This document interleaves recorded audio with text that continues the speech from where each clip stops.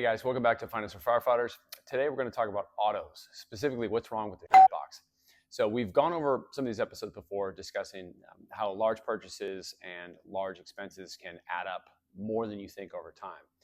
But we'll dive into specifically how much you really would be spending on a brand new car, what the differences with that would be financially over the long term, and then also how much it'll actually save you to drive something that's maybe not as pretty to look at, but gets you from A to B and does what you need for the commute. So if you have a brand new vehicle, or if you're thinking about buying a brand new vehicle, look at some of these examples and really pencil out the numbers to see what that'll actually cost you in the long term. Now let's look at a breakdown of the comparison between buying a brand new vehicle, 2025 GMC Sierra versus a 2005 Honda Civic.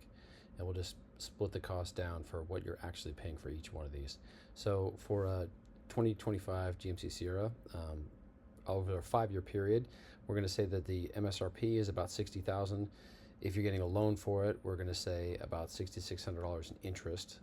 Let's say we put $10,000 down. You'll pay about $4,200 in tax for a total cost of about $70,000. Over the entire 5-year period, it's going to depreciate in value about $30,000, which we'll factor in a little later in a different example. Total insurance for a vehicle like this over that time will be about a little over $12,000, and then fuel, assuming an 18 miles per gallon fuel economy, you're looking at a little over $20,000. So total cost to own that GMC Sierra for a 5-year period is about $104,000. Breaking it down a little more, about 20 grand a year, and then even further than that, about $1,700 a month to have that vehicle. Now, if we go to the other side and we look at the Honda Civic over a 5-year period, you purchase this. It's a used vehicle, $4,000 cash, a Kelley Blue Book value of that. You're not paying any interest on it. You're not paying any taxes on it. It's just $4,000. It'll depreciate about $2,000 over that 5-year period. Let's assume about half of it. And again, we'll look at that in a different example. Insurance over this period is going to be about $5,000 because it's liability only, right? You're not having to worry about covering repairs on this because you don't care as much about it. And then fuel, about $12,000 because of the better fuel economy, about 30 miles a gallon. So the total cost of the Civic over a 5-year period is about $21,000 and some change. About $4,300 a year, a little over $350 a month. So if we look at the difference between a GMC Sierra at $1,700 and change a month and the Civic at $350 a month, with everything kind of factored in, you're looking at a savings of about $1,300, almost $1,400 a month to have a Honda Civic versus a brand new GMC Sierra over a 5-year period. So vehicles end up being one of the largest costs to most people that we don't really know about. If you think about depreciation, insurance, fuel costs, all the interest you're paying on car payments, and then the frequency with which you buy cars, it ends up being one of the biggest expenses over the entire course of your life. So we'll dive into some examples about exactly how all this stuff breaks down. Now let's look at the total cost between those two vehicles we compared over an entire 30-year career. And let's assume we're replacing both vehicles every 5 years. So person A with vehicle, the GMC Sierra, person B with the Honda Civic, and then each one of them is going to replace them every 5 years. So for the GMC Sierra, the total cost over a 5-year period is about $104,000. For the Civic, it's about $21,000. A resale value of the GMC Sierra, which we're going to use to offset some of the yearly cost, right? Let's say that you every 5 years you bought a new GMC Sierra, that'll reduce the $104,000 by 30 grand. So your total cost is about $74,000. And then we're saying 6 cycles because over a 30-year career, you're going to do this 6 different times if you do it every 5 years. So the total cost of that will be a little over $444,000 for the GMC Sierra. Now, if we look at the other side, the Honda Civic, 5-year cost of that is about $21,000. Resale value, we're saying it depreciated by 2 grand, so the resale value is about $2,000. So the total cost of that will be about $19,500 for the 5-year period. And then same thing, 6 cycles, or 6 times 5 is 30 years. So for 6 cycles of having the Honda Civic, you pay about $117,000. So the total savings between the GMC Sierra versus the Honda Civic over a career would be about $327,000 total. Monthly savings of about a little over $900 a month. We'll dive into exactly why a vehicle should be a tool and not a status symbol, and exactly how keeping that in mind and focusing financially in that respect will get you from a wealth building standpoint, instead of trying to keep up with it and really not understanding why you're not able to improve your status. Now let's look at the difference of what the investment would make over a 30-year career. So Monthly savings of having the Civic versus the Sierra is about $910 a month. So let's assume we have 30 years to invest that, and we're doing a 7% rate of return. The cost of driving the Sierra itself is a little over $444,000. If you purchased the Civic instead and drove that during the career, and you invested money, that same difference at $910,000, you'd have about $1.1 million. So the cost savings that you get from the not buying the Sierra and not driving the Sierra during your whole career versus having the Civic and investing that money ends up being almost a little over $1.5 million. Now let's take an example of using just a $500 car payment, what that actually costs you in the long term, and what the opportunity cost is if you would invest that money instead of spending $500 a month for a payment. Let's take a look at an example of having a car payment of $500 a month for your entire career. Let's say you just kept having a car payment during the entire career instead of investing that. So the car payment of $500 a month at a 5% interest rate would be about $180,000 worth of expenses during that whole time by using that $500 a month. If you invested that $500 a month and you got a 7% rate of return, you'd have about $605,000 at the end of that 30-year career. So the total difference between the two of those things would actually be about $785,000 by investing the money versus having a car payment that you have continuously during that career. So I had a buddy who had a brand new F-350 fully loaded King Ranch.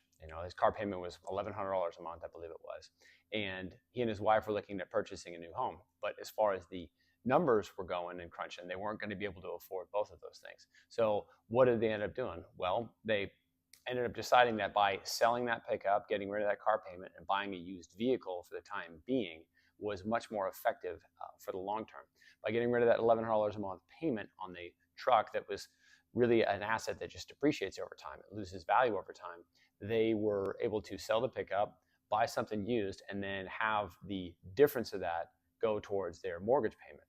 And now the mortgage and purchase in real estate, this is the house they wanted, the area and the neighborhood that they wanted, where they schools and everything like that they wanted for their kids.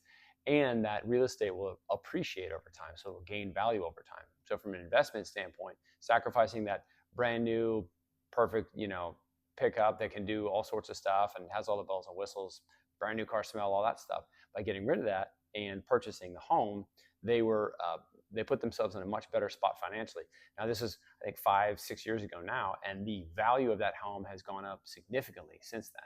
If we look and said, hey, if they hadn't done that, stay where they were, their home value did not increase as much in the area that they had lived in before, and that truck would be worth significantly less now than it was when they first purchased it.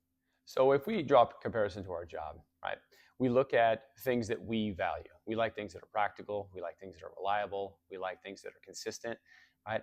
I would much rather use a tool or purchase a tool that's going to be all of those things instead of something that looks really nice and shiny or is trendy, but doesn't actually effectively do my job, right? So we think of that really, really practically when we're buying a tool, or if you're on any kind of committee to be able to, put equipment on the rigs.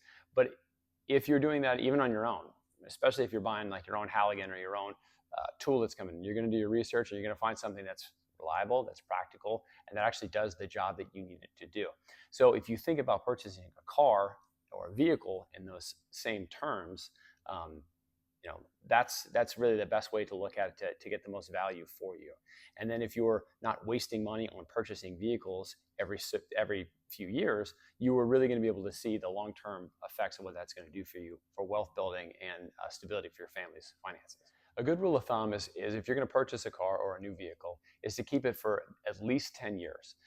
If you're frequently buying new vehicles, a lot of that first part of the interest and the money that you're losing because of the depreciation is significant over the first few years. I think the averages that they say is within the first 2 or 3 years, you're losing about 30% of that vehicle's value just from depreciation, right? It's not really an asset. It's not really an investment if you think about it from a vehicle standpoint. Unless you're looking at classic cars or things like that, if you're a person that's doing that, fixing them up and you're selling them for a profit, most vehicles that we're purchasing, the brand new shiny stuff, they lose value over time. So don't think of a vehicle as an investment. Think of it as an expense. Think of it as a tool. And if you are thinking of it in those terms, you'll make much better decisions moving forward, right? So if you're going to purchase something that is more reliable, is a quality vehicle, but also keep it longer than at least a 10-year period. If you keep it less than that, you're really absorbing a lot of the depreciation earlier on, instead of riding it out and getting the full value of that vehicle. I encourage you folks to look at your current vehicle situation right now. If you have a huge car payment or a huge truck payment or whatever, look at what that's actually costing you in the long term. Maybe you can afford to sell it and purchase something either cash right now or something that's a much more manageable monthly payment, something that's more affordable. Look at what you actually need, what you're needing it for, and try to think of it in terms of this is a tool, something I'm using as a tool, instead of this is a status symbol for me. Use some of the tools that we've looked at here and determine what the actual cost of that vehicle is for you in the long term. Look at how many vehicles you plan on having at your current rate over your career. If you're somebody who's buying a new vehicle every 3 to 5 years, how many of those will you actually purchase, and how much debt will you actually incur as a result of that? How much interest will you pay as a result of that? And then if you use that and say, hey, if I change up a few things and say, instead of buying a new vehicle every 3 years, 5 years, if I'm pushing it out to maybe every 10 years, or I buy some old beater Civic or something else like that I can just drive into the ground, that's going to go a couple 100,000 miles without having really needing an oil change, then you'll really be able to see the huge effect that'll have for you financially. So use the most effective tool on the fire ground and use the most effective tool to get you from A to B.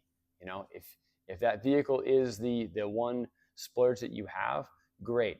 But if you're able to say, hey, what do I really need to get me from home to work and back, then consider those options for you, what the true cost of that vehicle will be.